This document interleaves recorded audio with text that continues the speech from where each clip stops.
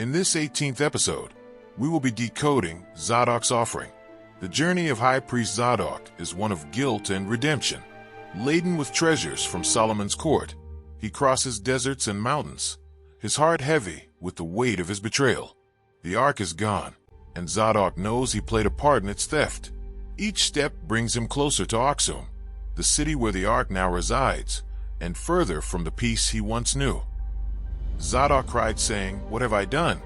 The ark, the very presence of God, is no longer in Jerusalem. I am but a servant, yet my hands have touched the sacred. Will Solomon forgive me? Will God?" Zadok's guilt is not just for the ark's removal, but for his silence. He knew the ark was being taken, yet he said nothing. Now, as he journeys to Aksum, he carries not only Solomon's treasures, but also the burden of his own repentance. The journey to Aksum is fraught with peril.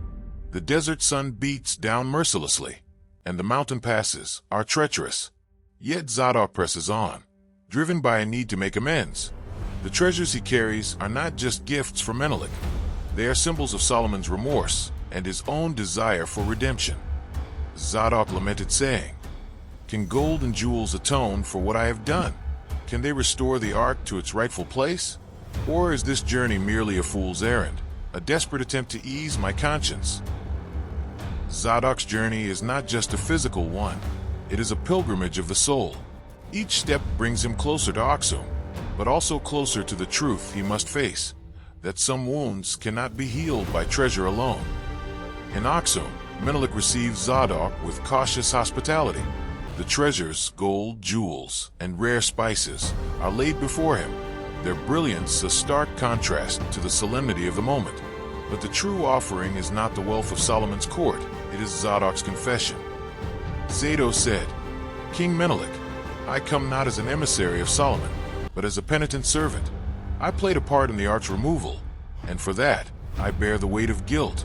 These treasures are but a token of Solomon's remorse and my own desire for redemption."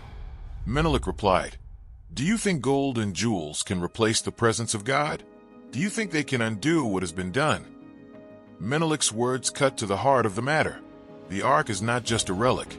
It is the throne of God's presence, a symbol of his covenant. And its removal from Jerusalem was not just a theft, but a rupture in the divine order. In the quiet of the chamber, Zadok's true offering is revealed. It is not the gold or jewels, but his confession, his acknowledgement of guilt, and his plea for forgiveness. For Menelik, this is the moment of decision. Will he accept Solomon's peace offering, or will he see it as a ploy to reclaim Zion? Menelik said, "The ark is not a possession to be traded or reclaimed. It is a sacred trust, a covenant between God and his people. Solomon's treasures mean nothing if his heart remains divided." Zadok replied in sadness, "Then there is no hope for me. My guilt is too great, my sin too deep." Menelik replied, "There is always hope for the penitent. The ark's light shines not just for Ethiopia, but for all who seek God's mercy. Return to Solomon and tell him this. The ark is where God wills it. Let him seek not to reclaim it, but to renew his covenant with the Almighty."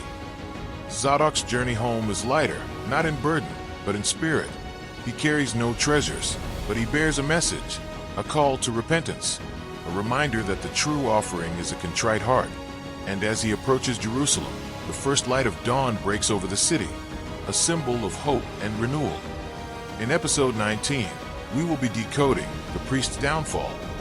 If you have found this video interesting, make sure to like, subscribe, share, and hit the notification bell to be informed of our next episode. See you on our next episode.